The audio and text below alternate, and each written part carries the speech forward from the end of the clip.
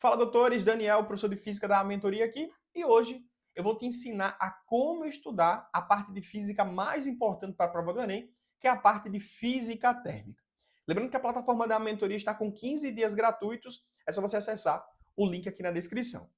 Mas vamos lá. Termologia e termodinâmica é como a plataforma da mentoria divide física térmica, não é? Exatamente. Termologia é aquela parte que envolve escalas termométricas, dilatação térmica, métodos de propagação de calor, a parte de calorimetria.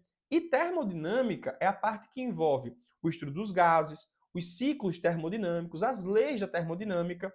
Então vamos lá. De todos esses conteúdos que você citou aí, Daniel, qual desses são os mais importantes? Dois: calorimetria e a parte de máquinas térmicas. Lembrando que calorimetria é uma aplicação matemática de conteúdos que são fundamentais na física térmica. Então você tem que saber os métodos de propagação de calor. Você tem que saber também os fundamentos de calor e temperatura para quando você tiver isso guardado, conseguir aplicar naquela matemática. Lembrando que física, pessoal, não é decorar fórmula, tá? Então, para estudar termologia, a parte de calorimetria, você precisa entender os fundamentos teóricos para depois utilizar uma expressão que a gente estuda dentro da termologia, dentro da calorimetria, como sendo Q macete e o Q mole, ou seja, expressões matemáticas que calculam a quantidade de energia necessária para você mudar a temperatura ou mudar de estado físico. Mas, de novo, termologia não é decorebinha, tá? É você estudar bem os fundamentos e conseguir aplicar depois, matematicamente, a partir de uma expressão. Show de bola. Termodinâmica, o que é mais importante ali dentro, seria o conteúdo de máquinas térmicas. Perceba que nos últimos 4 anos, toda a prova do Enem traz uma questão de máquinas térmicas.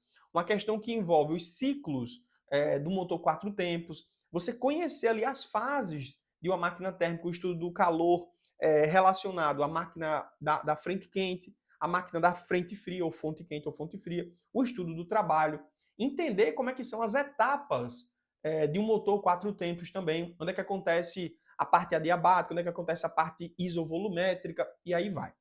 Vamos entrar aqui nessa plataforma e a gente vai entender com mais profundidade esses termos, tá? Olha só, a plataforma da mentoria, a parte de termologia, ela já contém quase 6 horas de aula, 5 horas e 32, então a gente tem muita aplicação aqui, que é realmente o que aparece na prova, a aplicação, certo? Vamos lá. O primeiro conteúdo que a gente encontra na plataforma da mentoria é o conteúdo de termometria, o estudo dos fundamentos do calor e os fundamentos da temperatura.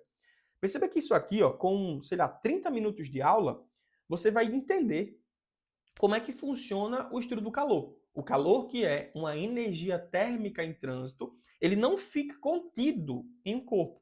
Ele vai transitar de um corpo para outro. E para você transitar calor de um corpo para outro, você tem que entender o que é temperatura, que é o grau de agitação médio das moléculas. Inclusive, o calor, espontaneamente, ele vai sair de um corpo de maior temperatura para um corpo de menor temperatura. Então, saber esses fundamentos é importante não porque vai cair uma questão necessariamente sobre temperatura, sobre calor. Já apareceu, hora ou outra aparece uma questãozinha, mas não é comum na recorrência. Não é comum estatisticamente falando. Mas vamos lá. É importante estudar calor e temperatura? Com toda certeza. Porque você só vai entender o conteúdo que mais cai, que é calorimetria, se você souber o que é calor sensível, o que é calor latente. Estudar as curvas de aquecimento, entender o que é potência térmica e fazer aqui na plataforma da mentoria, ó, quase 40 minutos de resolução de questões. Muito importante, então, você saber os fundamentos, não porque cai com grande frequência os fundamentos da termologia, mas porque os fundamentos vão ser essenciais para você estudar com clareza e profundidade o conteúdo que é mais cobrado, que seria o quê? Calorimetria. Mas entre termometria, que são os fundamentos, e calorimetria, que é o assunto que mais cai, nós temos escalas termométricas, por exemplo. Daniel, escala termométrica é importante ou não para o Enem? Cara, sendo bem sincero, estatisticamente falando, praticamente não cai a escala termométrica, certo? Mas é importante como fundamento, certo? A gente coloca aqui porque vai que um ano vai aparecer, o Enem está se tornando um pouco mais tradicional, né? E eu não colocaria a mão no fogo se você falar, não quero estudar a escala termométrica esse ano. Cara, é um tempo tão pequenininho, ó. Você consegue terminar aqui em menos de meia hora. Garante isso, tá? Como critério de deixar você dormir sem pressões à noite. Ah, vou dormir tranquilo porque eu estudei escalas termométricas, apesar de não ser recorrente na prova do Enem. Dilatação térmica, outro conteúdo que não é recorrente na prova do Enem. Mas, de novo, pelo tempo que você vai se dedicar, é tão pequeno para você não estudar isso. E como o Enem está se tornando um pouco mais tradicional, vai que aparece um ano aí específico. Daniel, método de propagação de calor. Isso aqui você não pode deixar de estudar. Estudar condução térmica, fluxo de calor, a famosa lei de Fourier, as aplicações da lei de Fourier, convecção térmica, fenômeno das brisas, irradiação térmica, lei dos intercâmbios, o frasco de Derva, que é uma aplicação chamada garrafa térmica, o espectro da emissão da radiação, que sempre aparece na prova do Enem, teoria do corpo negro, estudo do efeito estufa, o reservatório solar, que apareceu aí há pouco tempo na prova do Enem. E, Daniel, a parte de propagação de calor é o estudo teórico de como o calor se propaga e matematicamente você vai materializar os métodos de propagação de calor, de novo, no último capítulo de termologia, que seria calorimetria. Então, assim, vendo aqui o macro desse módulo, o que é que realmente é importante? Para o Enem, matematicamente falando, estatisticamente falando, a parte de calorimetria. Mas a gente percebeu que calorimetria é a junção, é a aplicação do quê? De fundamentos da termologia, de escalas termométricas, um pouco de dilatação térmica e até os métodos de propagação de calor. Então lembre, o segredo da prova do Enem é você estudar as aplicações. E física, ela despenca a aplicação.